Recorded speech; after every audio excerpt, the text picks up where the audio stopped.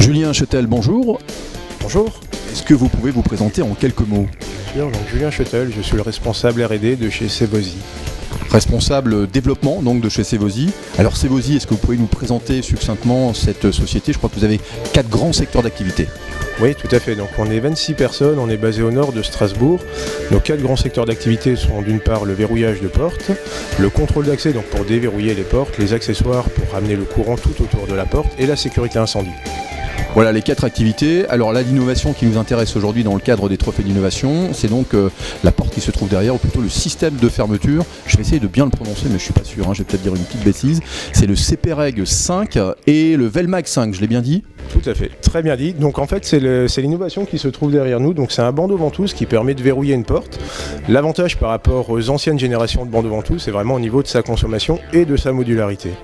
Alors la consommation, c'est-à-dire la porte fermée, la porte ouverte, la pression sur la porte, c'est bien ça? Oui, tout à fait. Donc en fait, on compare vraiment des choses qui sont comparables. Donc les anciennes générations de bandeaux consommaient toutes 12 watts pour 2 électroaimants à l'intérieur.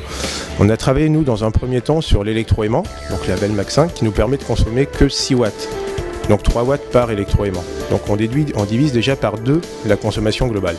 Après on est parti du principe assez simple, se disant voilà, une porte n'est pas forcée en permanence. Donc pourquoi est-ce qu'elle devrait maintenir sa force maximale en permanence? Et on peut la mettre en mode de veille pour lui permettre de faire des économies d'énergie. Donc chose sur laquelle on a travaillé, donc on a inclus un microcontrôleur qui nous permet de détecter une contrainte à l'intérieur de nos électroaimants. Et donc la consommation descend sous le watt, donc à 0,9 watts. Puis on est parti d'un autre concept assez simple, de se dire une porte est fréquemment ouverte. Donc pendant les heures de travail, la porte est souvent ouverte en permanence. Pourquoi est-ce qu'elle devrait également consommer? Donc là, on a intégré une ampoule RID à l'intérieur qui nous permet de détecter l'état de la porte. Donc est-ce qu'elle est ouverte ou fermée? Et donc de couper l'alimentation en cas de porte ouverte. Ce qui nous permet de descendre à 0,4 watts de consommation. Donc on est parti d'un bandeau première génération 12 watts. On est arrivé sur le bandeau CPREG 5 qui consomme plus que 6 watts porte verrouillée au maximum, qui ne consomme que 0,9 watts porte en veille, pour finalement ne consommer que 0,4 watts porte ouverte. Donc on est passé de 12 watts à 0,4 watts. Donc on a vraiment une porte qui s'adapte complètement à l'application? Oui, tout à fait. Donc vraiment selon le type d'application qu'on va rechercher, niveau sécurité, on va l'avoir, niveau consommation d'énergie, on va l'avoir, niveau design, on va l'avoir. Donc c'est vraiment un produit modulaire, un produit universel. Alors justement, Julien Chetel, vous parliez de design. Quelles sont les évolutions justement en termes de design sur cette porte? Je crois qu'au niveau de la poignée, là, il y a eu beaucoup d'efforts qui ont été fournis.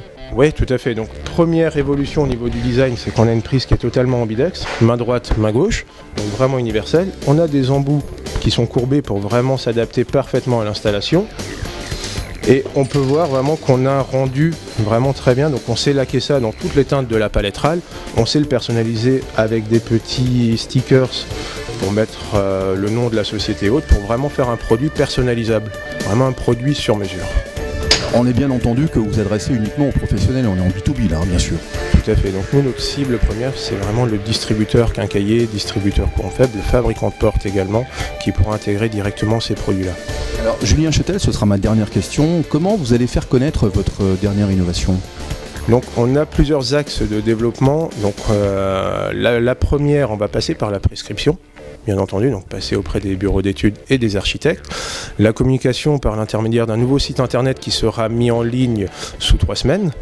Et enfin la participation au salon professionnel, notamment APS, donc Alarme Protection Sécurité, qui aura lieu du 24 au 26 septembre prochain, porte de Versailles. Julien Chetel, merci beaucoup pour toutes ces précisions. Merci à vous.